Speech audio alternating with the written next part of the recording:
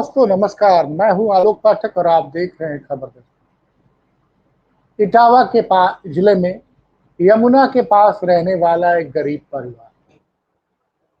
स्वाभाविक है कि नदी के किनारे जो लोग रहते हैं वो ज्यादातर दलित और पिछड़े हैं।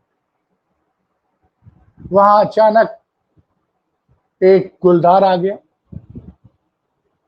और एक परिवार के छोटे बच्चे को लेकर वो भागने लग गया मुंह में दबाकर। उस परिवार की महिला ने अपने बच्चे को बचाने के लिए 7 फीट ऊंची बाउंड्री फांद फांद फांद कूद गई और उसके गुलदार के मुंह से अपने बच्चे को छुड़ा। बच्चा घायल था, उसको तुरंत आगरा ले जाया गया।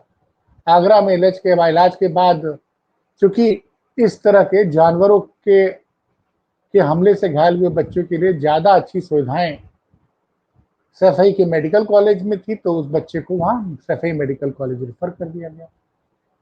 और जब ये सूचना अखिलेश यादव के पास पहुंची तो अखिलेश यादव ने अपने कर्मचारियों को बोला कि आप लोग जाके मिलिए, उनका पूरा इलाज कराइए, उनकी आर्थिक मदद भी। ये खबर छप गई तो हमारे योगी सरकार के अधिकारियों की नींद खुली, वन विभाग। और उन्होंने भी परिवार से कुछ अधिकारी मिलने आए सफाई में, उस हॉस्पिटल में, मेडिकल कॉलेज में, और परिवार को 25,000 रुपए की मदद की। तो बाद में अखिलेश यादव ने 50,000 रुपए की और मदद कर दी। अब ये सब मैं आपको क्यों बता रहा हूं? देखिए, जिस महिला ने मौत के मुंह से अपने बच्चे को गुलदार के मुंह से छीन लिया, उसके लिए 7 फीट की दीवार कूद गई।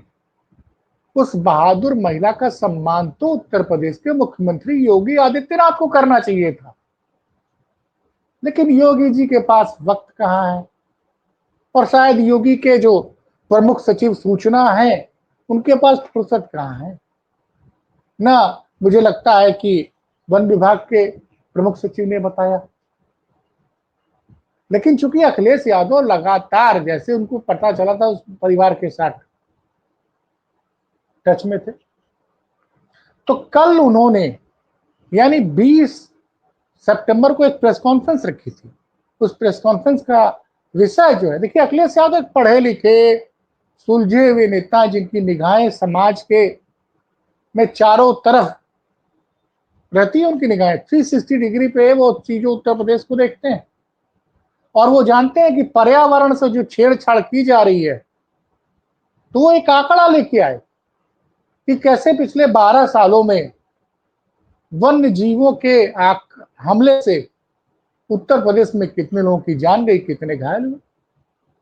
आप सोच नहीं सकते हैं कि 2012-13 में जो आंकड़ा ये था कि वन्य जीवों के हमले से उत्तर प्रदेश में 20 लोगों की जान गई, 60 घायल हुए, वो 2024-25 में बढ़कर 25-26 में बढ़कर 60 हो गया है। 60 लोगों की जान जंगली जानवरों के हमले से गई है। और ये जंगली जानवर कौन कौन से हैं? इसमें बाघ भी है, गुलदार भी है और तेंदुआ भी है और कई अन्य जंगली जानवर हैं। और ये घटना लगातार बढ़ रही है। सरकार इन लोगों के लिए कोई बड़ी पॉलिसी नहीं बना पा रही है। कल अखिलेश यादव ने जो बोला प्रेस कॉन्फ्रेंस में, मैं आपको बताना भूल गया था, कि बताया उन्होंने कि बड़ी संख्या में जंगल काटे जा रहे हैं। अब जंगल काट दीजिए तो क्या होगा? जानवर तो भटक के आएगा ही खेतों की तरफ। पहला तो ये, अब पेट भरना है उसको तो भोजन की शिकार में आएगा। तो पहले उसने भेड़ बकरियों पे, भेड़ों को, गायों को, कुत्तों को, सबको निशाना बनाना शुरू किया। और बड़ी संख्या में आपको तो मतलब तमाम मीडिया खबरें आपने देखी होंगी, बहराइच, ये जो पूरा बेल्ट है नेपाल से सटा हुआ, और खासकर यमुना नदी के किनारे। और जब मैं आज आपको ये खबर रिकॉर्ड कर रहा हूं तो एक चिंताजनक खबर लखनऊ से भी आई है। कल रात को एक वाहन चालक कैंट से जा रहा था, तो उसने सामने देखा कि सड़क पे तो तेंदुआ है, तो गाड़ी रोक दी, लेकिन उसने वीडियो बना लिया। और वीडियो शेयर किया तो वन विभाग में हड़कंप मची। तो पता चला कैंट के पास एक गन्ना संस्थान है, वहां पे तेंदुए के चिन्ह देखे गए। यानी लखनऊ में तेंदुआ घूम रहा है। ये आलम है कि सरकार कितनी जगी हुई है। और कैंट एरिया के बगल में ही सारे अधिकारियों मुख्यमंत्री का आवास है, गोमती नदी का किनारा, तमाम उधर जंगल बने हुए हैं। तो सवाल ये उठता है कि ये जो पैसे जो बात अखिलेश जी ने कल उठाई थी कि वैसे तो दावा किया जा रहा है कि जब से योगी जी मुख्यमंत्री बने तब तक 200 करोड़ पौधे लगा दिए गए। तो ये 200 करोड़ अगर पौधे लगा दिए गए, क्योंकि अब योगी जी को मुख्यमंत्री बने हुए 8 साल हो गए, तो कहां लगे हैं ये? फिर ये जंगली जानवर क्यों भोजन की तलाश में खेतों में आ रहे हैं? भाई अभी तक तो मान लीजिए पालतू जानवरों को, जैसे बकरियों पे निशाना, बकरी हो गया, भेड़ हो गया, गाय हो गया, बछड़ा हो गया, कुत्ते को शिकार बनाया। लेकिन जो आंकड़ा 2017 में 16-17 में जंगली जानवरों के हमले से लगभग 25 लोगों की मौत हुई थी, वो बढ़ के अब 60 हो गया और घायलों का आंकड़ा 220 हो गया। इस पे योगी जी कब चिंतन मनन करेंगे? क्योंकि बड़ी बात अखिलेश यादव ने कही, ज्यादातर शिकार कौन हो रहा है इसमें? पीडीए समाज के लोग हो रहे हैं इसमें शिकार। जंगलों के आसपास कौन रहता है? और बड़ी संख्या में इन लोगों की मदद भी की अखिलेश यादव ने। कल पूरा परिवार का, जिस परिवार की मां ने अपनी बेटों की जान बचाई थी गुलदार से छीनकर। लेकिन चिंताजनक बात यह कि लखनऊ में कैंट इलाके में भी तेंदुआ दिखाई दिया। सवाल यही है कि जिस महिला ने, एक तो आपके पास पॉलिसी क्या है, जब इतनी बड़ी संख्या में लगातार आप देख रहे हैं, लगातार ये दैनिक भास्कर ने तो आज इस पे संडे बिग स्टोरी की है, क्योंकि उनके पास संसाधन ज्यादा है। उन्होंने एक संडे बिग स्टोरी की है। कम से कम दैनिक भास्कर ने इस खतरे की गंभीरता को समझा। देखिए हेडलाइन बनाई दैनिक भास्कर ने कि बाघ तेंदुए 13 साल में 476 लोगों को खा गए। यूपी में गन्ने के खेतों को बनाया घर, एक्सपर्ट बोले कोरोना में छोड़ दिया था जंगल। और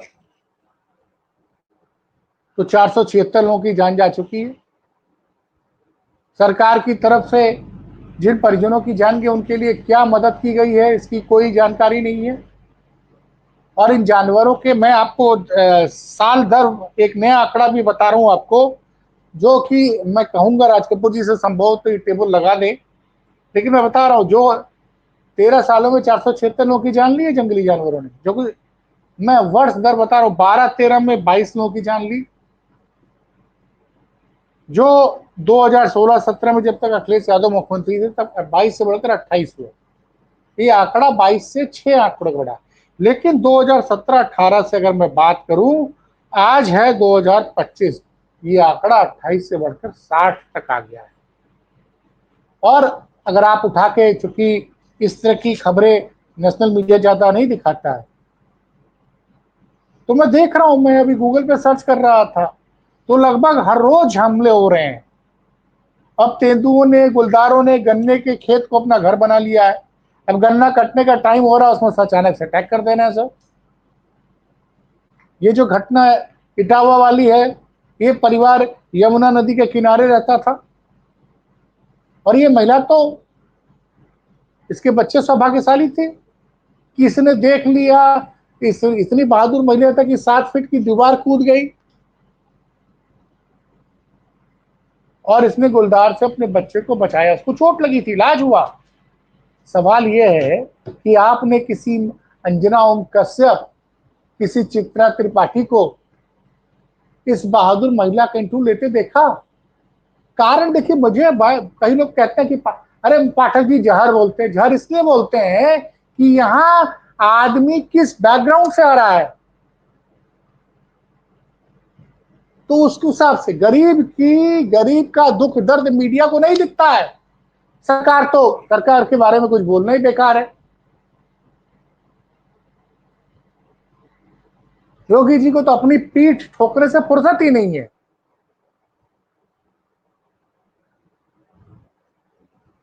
सवाल योगी जी से है कि योगी जी कैसे आपके कार्यकाल में जंगली जानवरों से होने वाली मौतों का आंकड़ा दुगना कैसे हो गया। अखिलेश के जमाने में 28 लोगों की जान गई थी, इस साल 60 की गई और हर रोज हमले हो रहे हैं। आपकी सरकार ने क्या बनाया,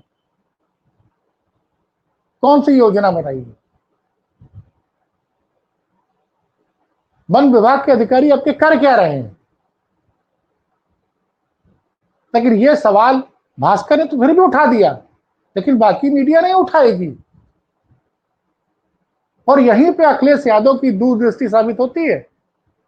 कल उन्होंने प्रेस कॉन्फ्रेंस में बहुत सारी बातें कही कि जब आप पहाड़ों की देखभाल नहीं करोगे, आप देखिए ना, बड़े बड़े पैमाने पर हिमाचल हो गया, जम्मू कश्मीर हो गया, उत्तराखंड हो गया, जो पहाड़ी क्षेत्र है, वहां हर रोज दुर्घटना की खबरें आ रही हैं। बड़ी संख्या में जंगल काटे जा रहे हैं। उसका असर पहाड़ों पर भी दिख रहा है और मैदानी एरिया में दिख रहा है। तो इन पे आखिर रोक कब लगेगी? क्योंकि जान जाती किसमें, इन हाथों में मरता कौन है? आम आदमी, गरीब परिवार का। मीडिया को फुर्सत नहीं है। मीडिया तो इस चीज को बताने में व्यस्त है कि किस अभिनेत्री का किसके साथ कौन सा अफेयर चल रहा है। वो जो है, मीडिया जो है, प्रिया सरोज के एंगेजमेंट पे 4 दिन खबर दिखाएगा कि सरोज की समाजवादी पार्टी के सांसद के क्रिकेटर रिंकू सिंह के साथ एंगेजमेंट हुई। इसकी 4 दिन खबर चलेगी।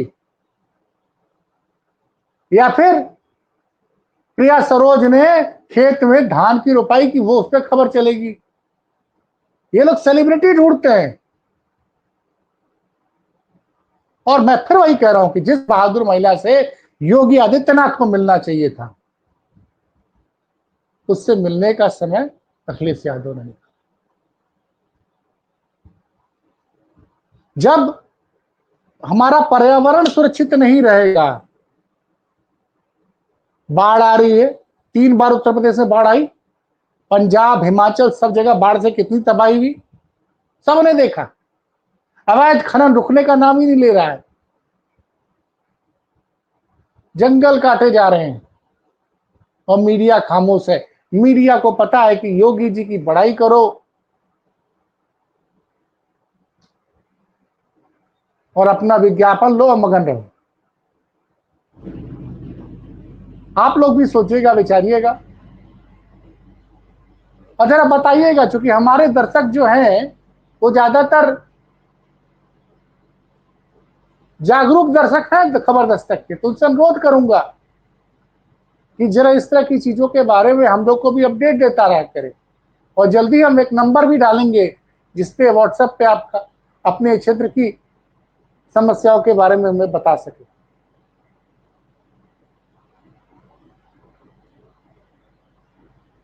धन्यवाद।